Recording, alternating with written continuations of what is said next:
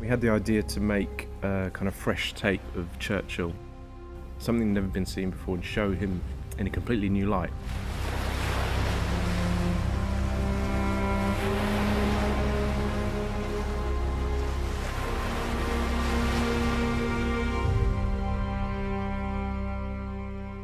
The story itself is set in a kind of concertina period of the lead up to D-Day. So we always felt that the ticking clock thriller style of that, the build-up and the drama to culminate in probably one of the most important days in world history, 6th of June 1944. The main problem with many historical dramas, particularly about very famous figures, is that you are often just given more of the same. So we thought, okay, let's actually strip away the myth, the icon, look at the man close up. It's a different perspective on Winston Churchill, and it looks at him in a way that has often been glossed over. The sense of what emotionally was really affecting him. Trying to make a really intimate close-up portrait of Churchill as audiences have never seen him before. We found incredible writer Alex von Tunzelmann, who is a professional historian. So she had all of the history and the characters she kind of lived with on a daily basis. She also writes a column in The Guardian about historical accuracy in films. So she was then free to focus on the story and the characters. I began as a historian, so I've written 4 history books, and this was my first feature film screenplay. The project began a couple of years ago when producers Nick Tausig and Paul Van Carter came to me with this idea about doing a Churchill movie around D-Day. Their take wasn't a conventional take. They wanted to make much more of a kind of intimate close-up portrait and something really that was warts and all. And you know, he's one of these figures who looms so large in our history, who we're all fascinated by, but he is kind of, you know, a lot of people think of him as a cartoon bulldog that sells insurance. They think of him as a very one-dimensional character. So I was really keen to try to get much more to the heart and soul of the man. It's really about him and his struggle with probably the depression that he had. It's about him and his marriage. It's about him dealing with this incredibly difficult position that he was in, this huge responsibility. And it's about what is duty, what is loyalty, and what is leadership, these huge questions that he had to face every day. Paul and I, both of us, look for something about Churchill that people didn't know. Now, what they didn't know was his opposition to D-Day. I didn't know that Churchill was opposed to D-Day. I had no idea that he was opposed to D-Day, really. But I didn't know he was against D-Day. I wasn't aware at all that he was not in favour. I had no idea that Churchill was opposed to D-Day. A lot of people would be surprised to know that, you know, that he opposed one of the most crucial and subsequently successful invasions. Thank you for coming again. Take your seats. That was, of course, the great thing about the script. Suddenly there was this new idea. His motivation was driven actually by Gallipoli, and the failure of that campaign haunted him. Thousands of young men died, and he didn't want a repeat of that. Gallipoli, which really knocked him for 6. It was his idea. Martin, the army is ready. He thought that it was going to bring the First World War to an end, but it didn't. It was a failure. And he was blamed for it because it was his idea and he championed it. Then subsequently he was very against amphibious landings. He just thought too many people would be sacrificed. And he could visualize this as being another situation where the troops were held on the beaches and a lot would be slaughtered.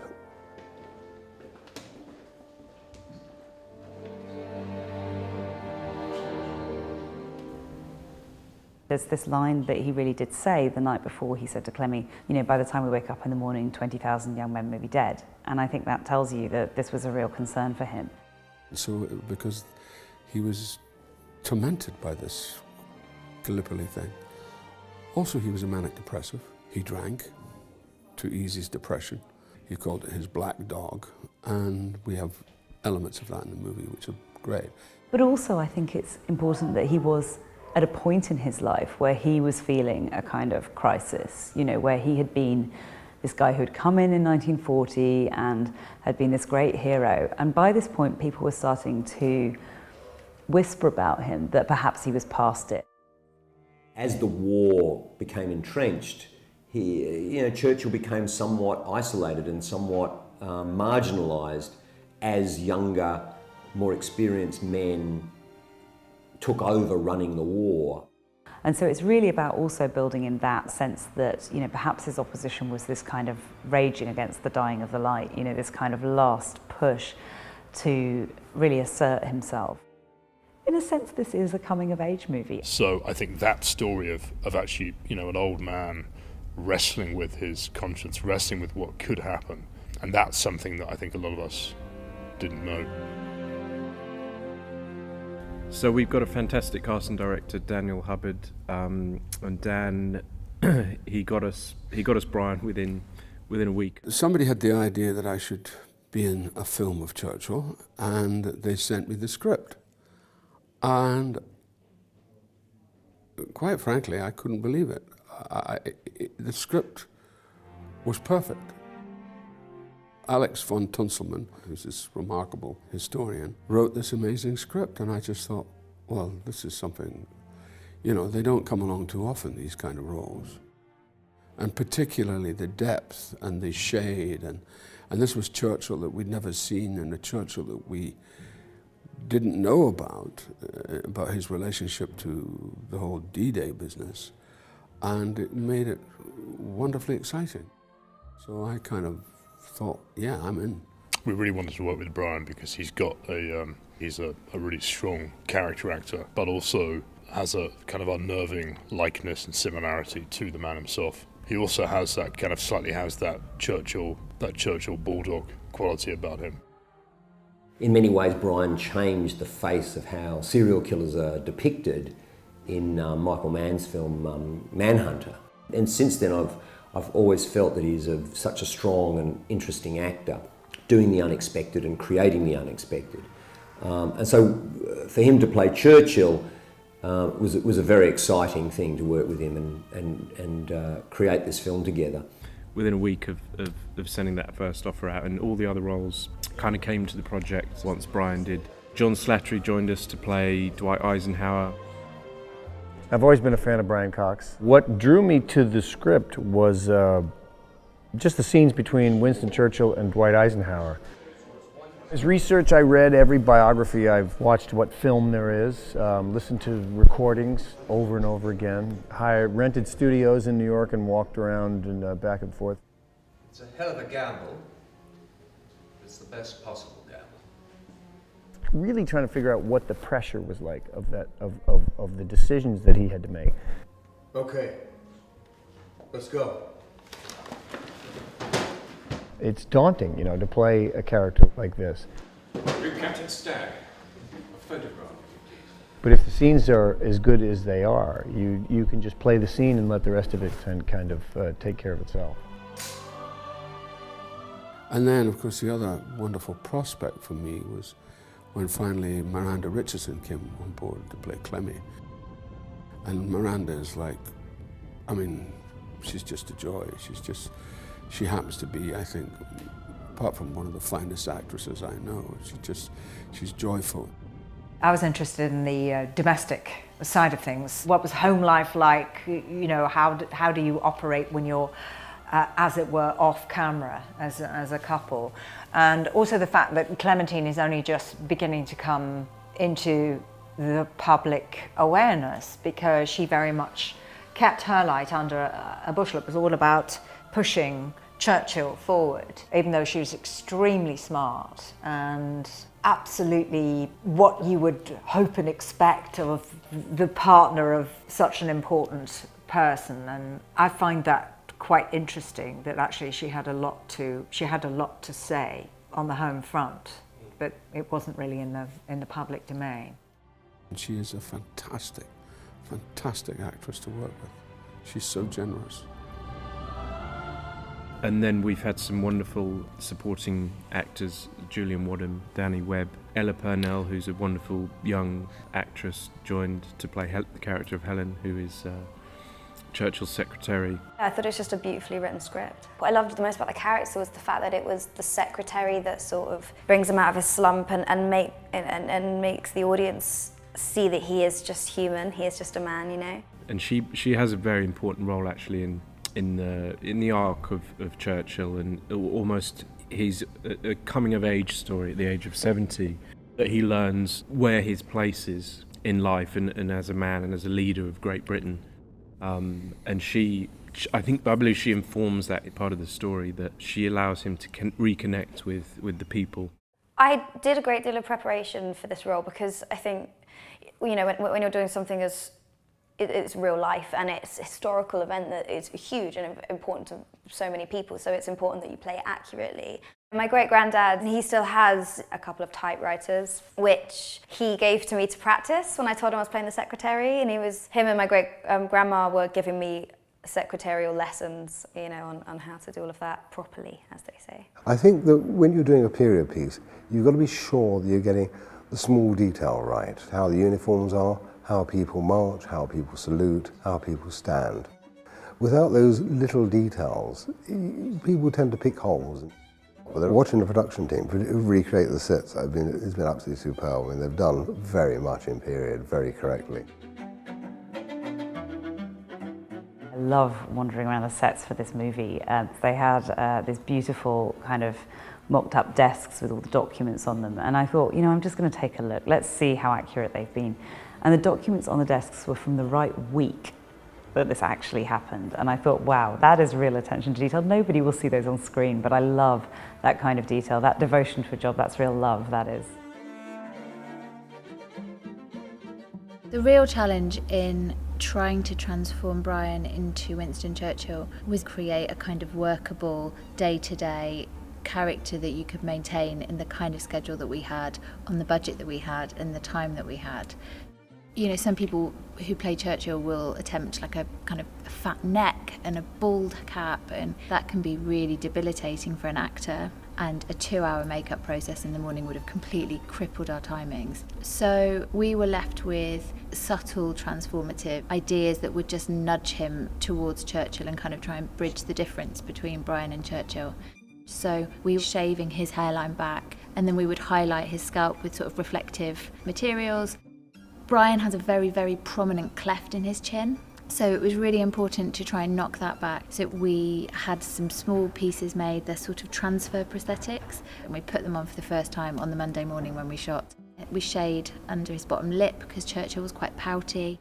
Churchill's brow is very furrowed. He had a sort of pea-sized lump when he frowned, and Brian was particularly keen on this. But we had something made, and actually it looks fantastic, and it's really helped to just subtly sort of pull him in that direction. So all in all, it takes 2 people 30 minutes, so it's worked really well. You know, I selected looks that I liked, and I made mood boards, and then we tried them out.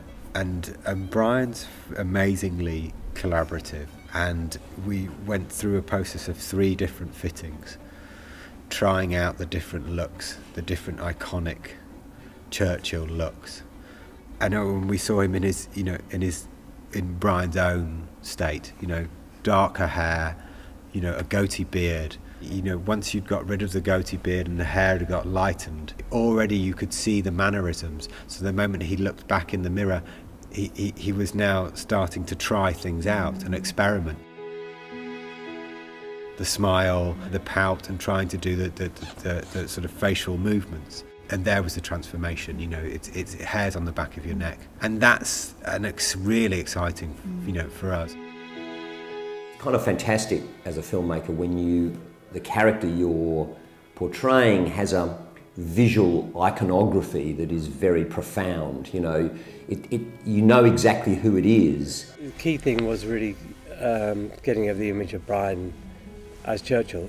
His chin down, the camera needs to be low, you need to make him big and impressive, and when he becomes Churchill, he's great.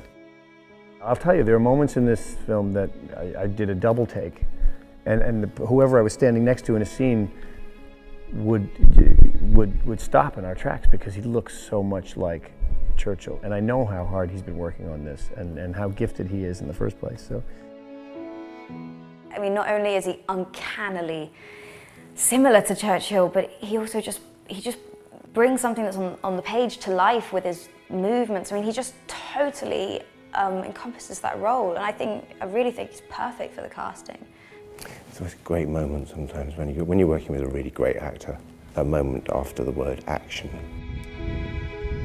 and something drops. Some other person drops into them. I had to learn it because I couldn't.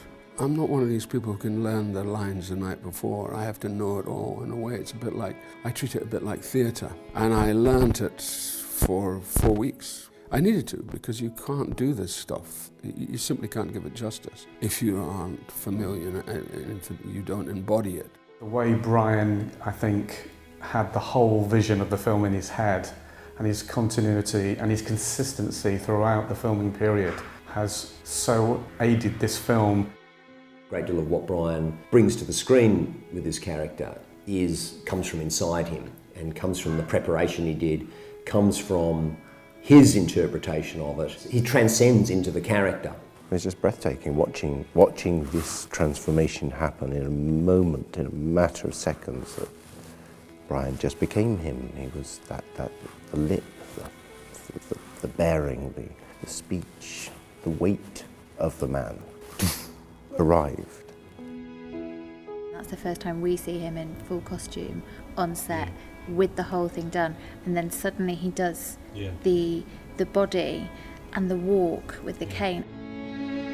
Because the silhouette was Churchill, and it was electrifying. It's such a great pleasure to watch that when you're working with really great actors. it's really, it was great to work with him. Jonathan Toplitsky, he came on board as director, and he'd done Railway Man, Burning Man. I was really pleased when Jonathan Toplitsky came onto this project as director, because I'd loved his movie The Railway Man, and it's been fantastic working with him. He's a really smart guy. He's got his own very strong vision. As an Australian, you know, Churchill has a very sort of notorious role to play in the sort of development of that country's identity because of Gallipoli. But I think what intrigued me, having grown up with all those stories in that part of history, and Australia has sort of almost colonised and taken Gallipoli as an iconic moment in that country's history and development. So it interested me to find out about the person who was supposedly a big player in that. And this film seemed to explore the humanity of what drove this man. And also, he's great with actors. They all seem to like him enormously, and that matters. Jonathan Toplitsky has been a real pleasure. It really helps to have a lead into all this. Okay. I mean, I know that sounds like... No, that's cool. But no, can we go a little further back? Absolutely. He's very thorough. He's really thoughtful. Jonathan is a star. He's calm, he's empowering. Jonathan's just one of those enabling directors, you know. He's not a screamer. I'll just get the camera going. Yeah. Okay. Do the bit that I need, and you use... And Jonathan works in that way of casting the right people, and the rest of it is encouragement and gentle notes.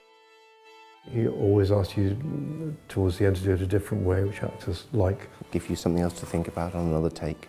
It's always encouraging. Do more, you know. We'll go up and we'll come back. And go through it. So he's not one of these, you know, he's not a blocker. Godspeed. He encourages you to run with the ball, you know, and that's a great thing. You know, always comes back and gives you proper feedback, not just try it a different way. You know, he'll always say specifics, what he wants to be different, and I really appreciate that. I think this is a 5-week, 4.5-week film, which is really short. We haven't dropped a scene. This is after 3.5 weeks, which is remarkable. My God, he shoots it from every conceivable angle, and he gets on with David, the DOP, extremely well. He's one of the most visual and tenacious directors I've ever worked with. He's been awesome in enabling us to achieve what we all want to achieve. I've absolutely loved working with him, there's no doubt about that. He's great. I think any DP would love to work with him. That's good. There's compromises that you have to make on a shoot. Sometimes something isn't working, you just can't get the angle that you want, or and it's like, okay, how do we approach it, and actually how do we, like you say, another happy accident, for example, actually how do we turn this around and make it actually into a positive? And it's really it might creative. actually even be something better than what we might have hoped to originally. He's absolutely brought the best out in everyone. It's been a joy to work with him. Yeah, he's great. I'm really impressed by him, really impressed. Churchill, he's often voted the greatest Briton of all time, but how much do we really know him and how much do we just know a caricature? I think after the 70th anniversary of D-Day, we really did want to do something new and something fresh and something that was intense and emotive and personal. Often you discover greatness in vulnerability, and so the idea of actually this really intimate portrait where you're not playing to those Churchill stereotypes that we've seen many times before, you're actually saying, let's get to the man, let's really get to the heart of the man. The whole inner life of Churchill is very incredibly well crafted, It's a bruising character study in which he rises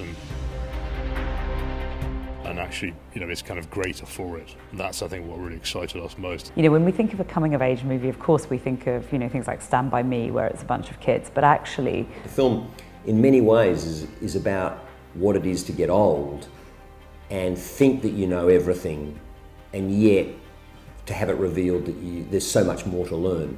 The crux of the film is about how his perception of what he has to do differs from what she sees. She sees being a leader as knowing when to take a back seat, not interfere.